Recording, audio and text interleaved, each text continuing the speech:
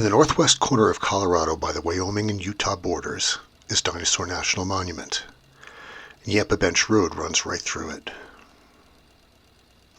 The shaded area is the monument, and it's so full of history and beauty and great camping, it's a wonderful destination unto itself. We're starting in Elk Springs, population 107, although I didn't see anybody.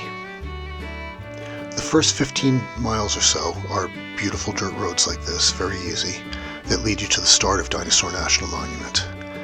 There's no one here either, there's no services, there's just a sign and a very old kiosk.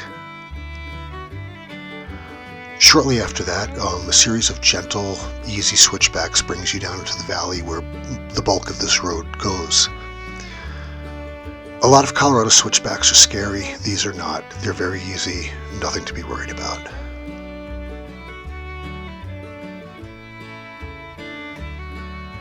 This is a ghost forest about 20 miles in.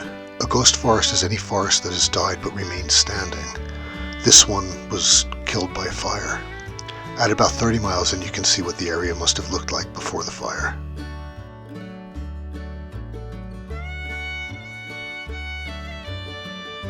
And at about 42 miles in, you come to the turn for Echo Park and the Real Chew Ranch.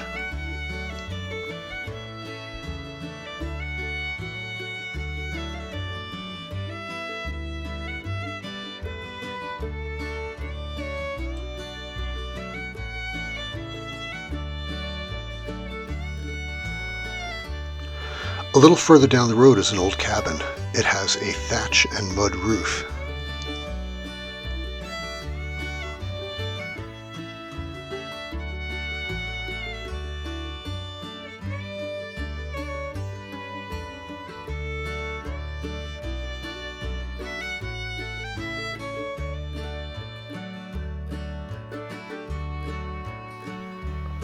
Further down the road from that, there are some Anasazi petroglyphs.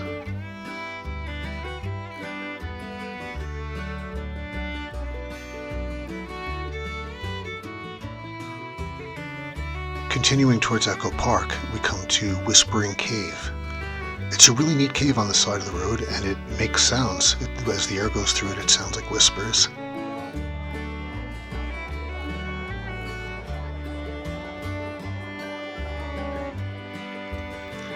After exploring Echo Park, a series of switchbacks takes you back up out of the valley.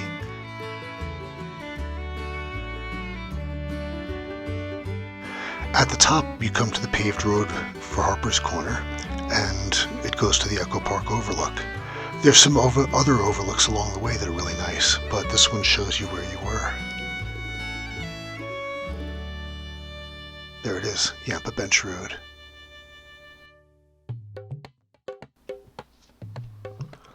After leaving Dinosaur, we went to West Rifle Creek.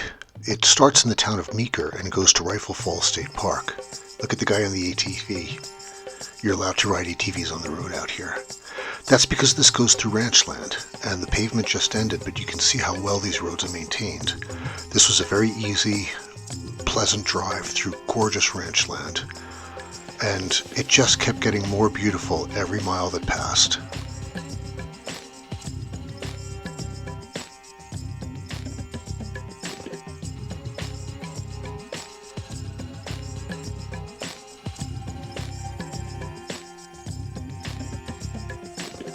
After about 30 miles of gorgeous ranch lands, the pavement resumes, which means that you're getting close to Rifle Gap Reservoir and Rifle Gap State Park.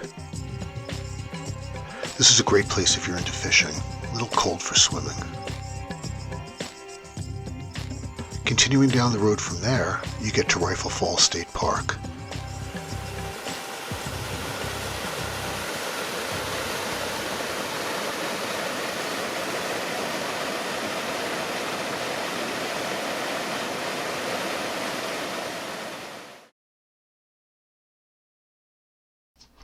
Not too far from Rifle Falls is Silt Collbran Road.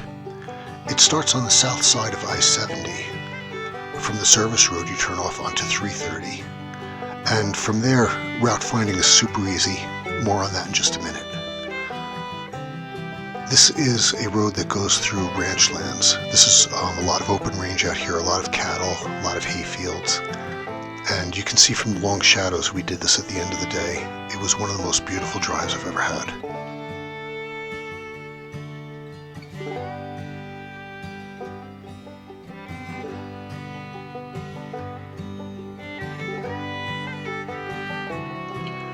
Route finding is very easy out here because at every turn there's a sign telling you which way Collbran is.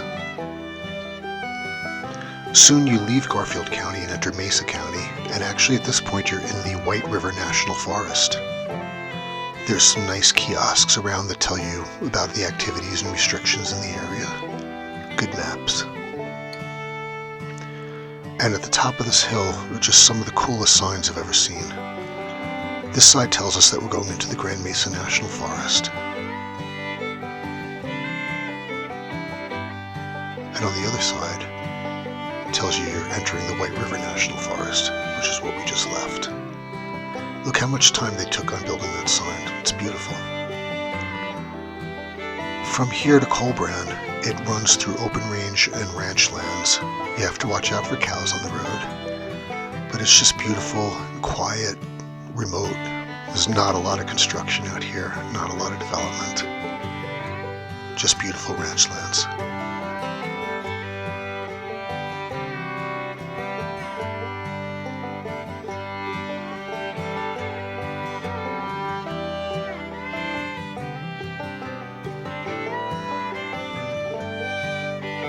Eventually the road winds down into the town of Collbran. It's a very small town. It doesn't have a sign, but the Collbran Creamery does. It's a lovely little place and a great way to get onto Grand Mesa.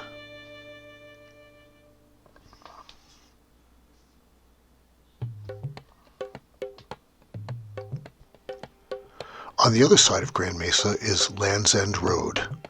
You can see all the switchbacks in the beginning of it. This is a crazy road that takes you from the top of Grand Mesa down to Highway 50.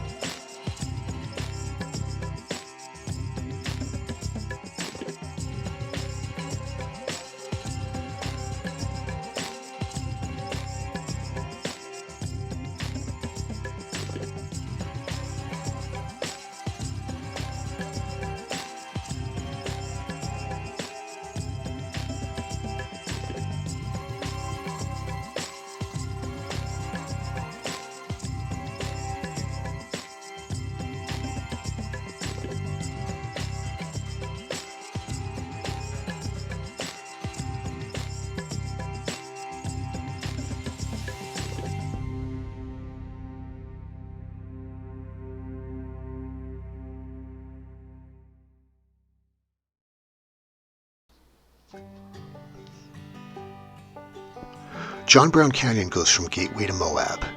This route goes through Onion Creek, but you can also take it through Castle Valley.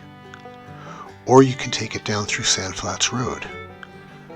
It just depends which way you turn when you get to LaSalle Mountain Road.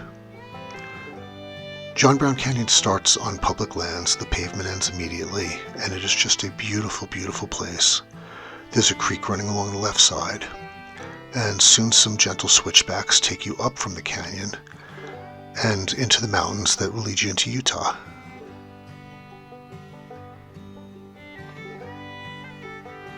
This is open range, so watch out for cows on the road. They're everywhere. Cool thing out here are the signs on the corners. You can see the little white sign there. Points you to Moab.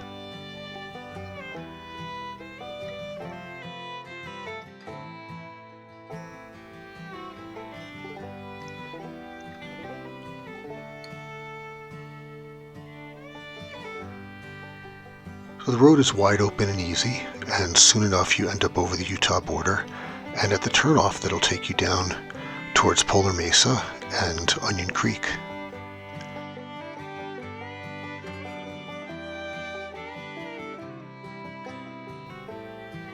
And the next turn you come to is marked with a sign for the Kokopelli Trail, and we make a left here.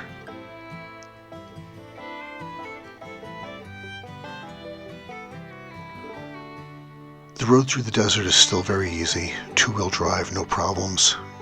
Beautiful place. Watch out for cows.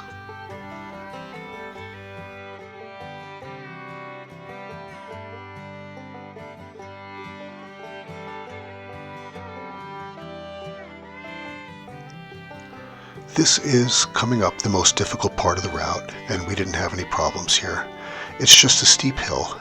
You have to adjust yourself a little bit and head up. We did this in two-wheel drive. And at the top is a cattle gate. Leave it the way that you find it.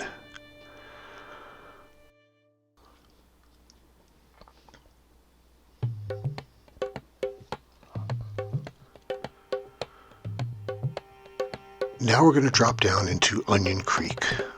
Onion Creek is the real awesome part of this trip. Not that the rest of it hasn't been incredible, but Onion Creek is truly amazing.